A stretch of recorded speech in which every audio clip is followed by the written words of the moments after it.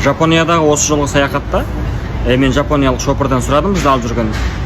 Осы сіздердегі оқу ағартудағы артықшылық неде деп сұрасам, ол кісі айтады, біз 1-ші класстан 6-ші классқа дейінгі аралықта балалардың қандай нәрсеге қызығатындығына қараймыз дейді. Сол қызығушылығына қарай тәрбиелейміз дейді.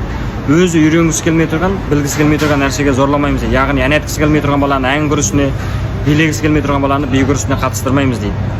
Сол өзінің қызығушылығына қарай қатыстыру керек дейді. Яғни маған айтты, сіздерде азыр мына social media influencer деген бар ғой, яғни уанхун дейміз ба, Douyin-дағы.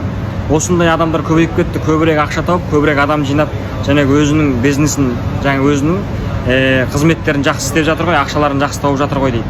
Бұған себеп дейді, ол адамдар және балалық кезінде, өзінің балалық шағында өзінің жақсы көретін жұмысымен айланысып, тек сол қабілетін әйгілейтін сақана кемшіл болып жүрген дейді. Сонымен осы мына Douyin сияқты қысқа кескін шығаратын жұмсақ бөлшектер шыққан кезде олардың талантын әйгілейтін сақана болды дейді. Содан олар жаңағы өзін талантын әйгілей алды, өзін таныта білді дейді. Көрдіңіз ба? Қарап көрсеңіз, шынында да баланың өзінің қызығатын жағына қарай тәрбиелесек болады екен.